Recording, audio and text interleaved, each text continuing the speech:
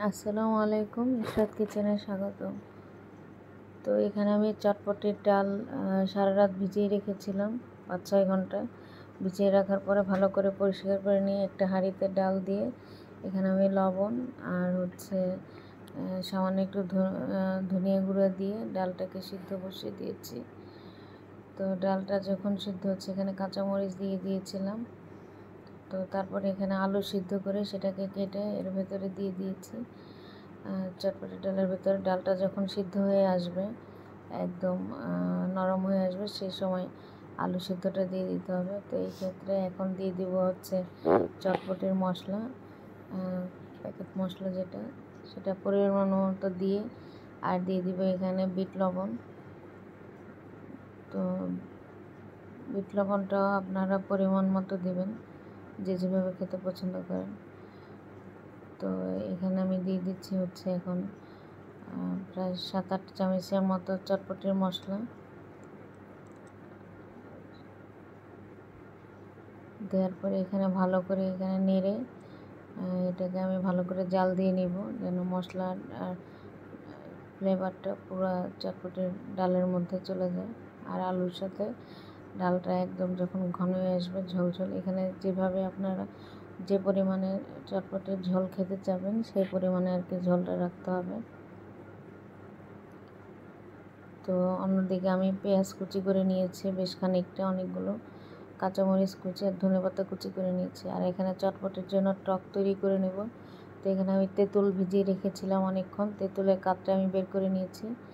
তো আমি এখানে দিয়ে দিচ্ছি 2 চামচ চিনি, তারপর দিয়ে দিলাম চিলি ফ্লেক্স। ঝালটা যে যেমন খেতে পছন্দ করেন কম বেশি সেভাবেই খেয়ে নেবেন। দিয়ে দেবো বিট লবণ। দেওয়ার পরে এখানেও আমি চটপটির মশলা অ্যাড করে নিব 3 চামচের মতো। অ্যাড করে নিয়ে এখানে দিয়ে তারপরে এখানে আমি নাড়া দিয়ে দিব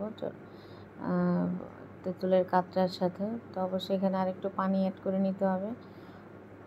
টক মিষ্টি বানাতে চাইলে চিনির পরিমাণটা একটু ব্যালেন্স করে সেভাবে দিতে হবে। টক মিষ্টি টকে আমি এখানে তৈরি করেছি। তো এইভাবে টক তৈরি করলে টকটা খেতে খুব মজা হয়।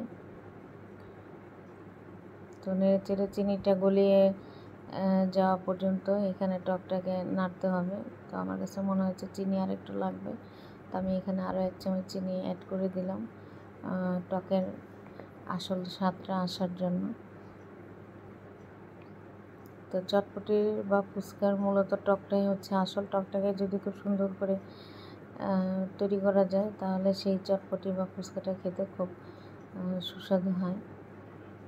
তো এখানে যখন আমি চটপটি বা ফুচকার কথা শুনলেই তো সাধারণত মেয়েদের জিভে পানি চলে আসে।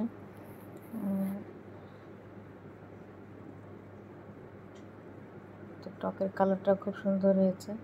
এখানে আমি দিয়ে দিব একটা লেবুর রস। দিলে এখানে খেতে খুব ভালো লাগে, ফ্লেভারটা আসে লেবুর এবং টকের সাথে। তেঁতুলের টকের সাথে যখন আপনারা লেবুর রসটা অ্যাড করবেন তখন এর স্বাদ মনে হয় দ্বিগুণ বেড়ে যায়।